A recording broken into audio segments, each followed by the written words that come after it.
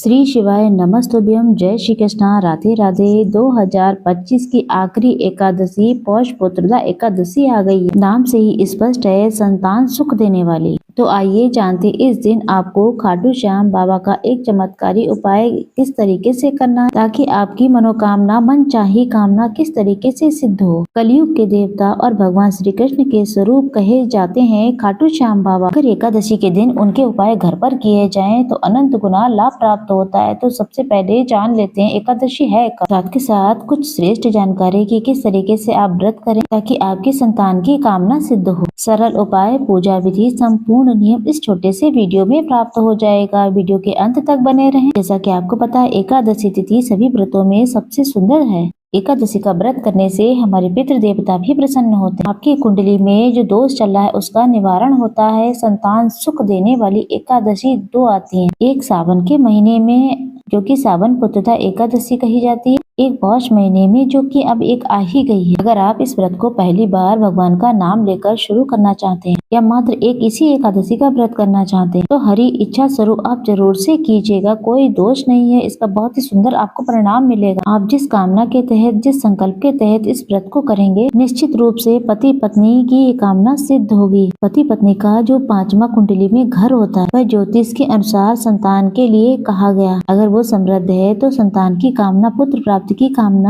होने से कोई नहीं रोक सकता। पहले से पुत्रियां हैं तो आप चाहते हैं कि प्रभु कान्हा के स्वरूप में आपके घर आए तो निश्चित तौर पर इस उपाय को आप कर लेना चाहिए। संकल्प कैसे लें? आप अपने दाहिने हाथ स्नान आदि से निवृत्त हो लें। उसके बाद गुरुजी बताते हैं एकादशी के दिन तुलसी की लकड़ी को नहाने के पानी में घुमा लेना चाहिए। साथ के साथ गंगा जल डाल करके आपको स्नान करना चाहिए। आप सभी को ओम नमो भगवते वासुदेवाय महामंत्रों का जाप ज्यादा से ज्यादा करना है। साथ के साथ सबसे पहले आपको सूर्य भगवान को जल चढ़ाना चाहिए क्योंकि पौष का महीना है। सूर्य भगवान की आराधना के बिना कोई आराधना सफल नहीं है। सूर्य भगवान जो है प्रत्यक्ष देवता कहे जाते। जल के लोटे में आप थोड़ा सा लाल पुष्प, लाल चंदन ये डालकर ही ओम घड़ी सूर्याय नमः कहते हुए सूर्य भगवान को जल अवश्य चढ़ाएं। आप सभी को ओम नमो भगवते वासुदेवाय मंत्र का जाप ज्यादा से ज्यादा करना चाहिए। तुलसी में कभी भी एकादशी के दिन तुलसी पे जल नहीं चढ़ाया जाता है, मात्र दीप दान किया जाता है क्योंकि तुलसी माता स्वयं ही इस दिन निर्जला एकादशी का व्रत रखती है। साथ के साथ पहले से ही टूटी हुई तुलसी को इस्तेमाल करें। उस दिन आप तुलसी नहीं तोड़ेंगे। आप सभी को संकल्प कैसे लेना, आप सभी को अपने घर के मंदिर में आप सारे कामों से निवृत्त होने के बाद कोशिश करें इस दिन पीले रंग के वस्त्र पहने। इसके बाद आप अपने घर के मंदिर में श्री नारायण या फिर लड्डू गोपाल का जो भी विग्रह स्वरूप हो उन्हें स्थापित कर लेना है। कलश स्थापना की कोई विशेष आवश्यकता नहीं होती है, मात्र एक दीपक लगा लीजिए। चाहे तो पूरे दिन अखंड दीप भी प्रज्वलित कर सकते हैं, बहुत ही सुंदर परिणाम इसके मिलते हैं। फूलबाती का दीपक पूरा दिन जलता रहे, रात्रि भर चलता रहे तो बहुत ही उत्तम है। नहीं जल पाता है तब भी कोई बात नहीं, जितनी देर पूजा करें उतनी देर दीपक जरूर से लगाएं। इस दिन 11, 21, 51 जितने भी हो आपको फूल जो है भगवान जी के निमित्त समर्पित करें। उन्हें तुलसी की लकड़ी का दीपक बहुत प्रिय है। दीपक इस तरीके से जलाएं, तुलसी की लकड़ी को हरी चंदन बनाकर भगवान को समर्पित करें और फलाहारी चीजों को तुलसी पत्र रखकर भगवान को भोग लगाएं। अगर स्नान कराते हैं तो दूध, दही, घी, शक्कर शंख में भर करके प्रभु को स्नान कराएं, वो भी तुलसी पत्र जरूर से रखें। अगर सामान्य जल से स्नान करा देते हैं तो पंचामृत जो भगवान का चरणामृत बनाया है इसे ग्रहण कर लेते हैं तो इसका भी अनंत गुना लाभ देखा गया। ये कार्य आप जरूर से कीजिएगा। इसके बाद संकल्प लिया जाता है। वहीं आपको संकल्प करना है तो आप अपने दाहिने हाथ में पीले फूल ले लें या फिर तिल ले सकते हैं। इस दिन चावल का प्रयोग नहीं करना है। पति पत्नी दोनों ही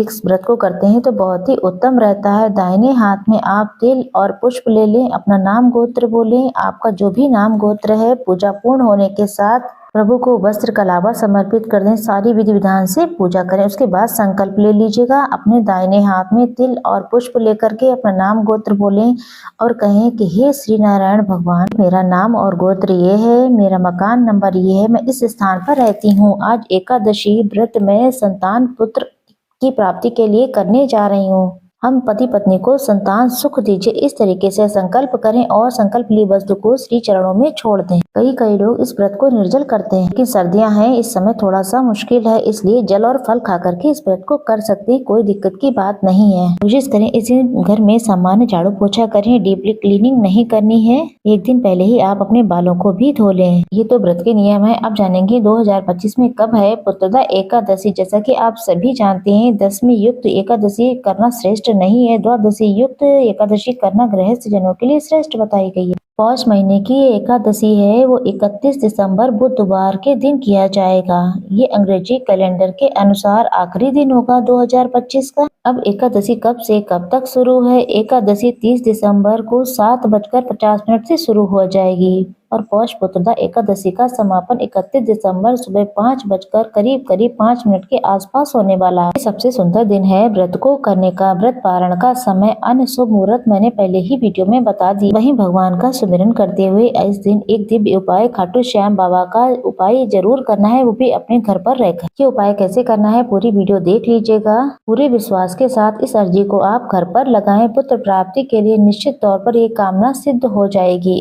कलयुग में खाटू श्याम बाबा का तेजस्वी प्रभाव अद्भुत है। विश्वास से जो उन्हें पुकारता है खाटू श्याम बाबा उसकी जरूर से सुनते हैं। आप पूजा कर लेंगे, आराधना कर लेंगे तो आप इस अर्जी को लगा सकते हैं। हालांकि अर्जी आपके घर के आसपास कोई खाटू श्याम बाबा का मंदिर है तो वहां जाकर भी आप लगा सकते हैं। वहीं इस दिन आप घर पर भी आप लगा सकते हैं। भगवान का आप नाम जाप करते हैं तो बहुत ही उत्तम होता है। दीप दान जरूर से करें। तुलसी में, पीपल में और श्री नारायण और श्री गणेश जी के मंदिर में और अपने घर के मंदिर में इस तरीके से दीपदान आपको जरूर करना। आप सभी को लेना है एक नारियल, जो कि आपको पता है लक्ष्मी माता और श्री नारायण के साथ में समुद्र मंथन से उत्पन्न हुआ था। इसे श्रीफल भी कहा जाता है। ये खाटू श्याम बाबा को बहुत प्रिय है। तो आप यहाँ पर एक नारियल ले लें, वो भी जटा वाला, और एक लाल पेन ले लें और एक सफेद कागज ले लें। साथ के साथ आपको लेना है कलावा। कलावा में लगानी है एकादशी के दिन 11 गांठ लगानी है। पीले रंग का कलावा है तो बहुत ही बढ़िया है, अगर लाल है तो भी कोई बात नहीं, लेकिन सफेद काला धागा नहीं लेना है। अब आप सभी को अपने घर के मंदिर में भगवान जी की मूर्ति, प्रतिमा जहाँ पर इस उपाय को करना चाहते हैं या मंदिर में जाकर करना चाहते हैं तो वहाँ कर लेते हैं। अगर कोई दादा दादी है, माता पिता है तो वो भी करना चाहे तो वो भी कर लें। कई बार ऐसा होता है घर में बेटा बहू है वो इन बातों को नहीं मानते, लेकिन दादा दादी चाहते हैं तो इस उपाय को वो स्वयं कर सकते हैं। आपको अपने घर के मंदिर में कच्चा सूत जो है उसमें 11 गांठ लगा लेनी है। गांठ लगाते हुए आप सभी मनोकामना जरूर से बोलें। उसके बाद नारियल लेना है। नारियल पर आपको हल्दी से, कुमकुम से स्वास्तिक जरूर बना ले। जो आपने सफेद कागज लिया है, लाल पेन से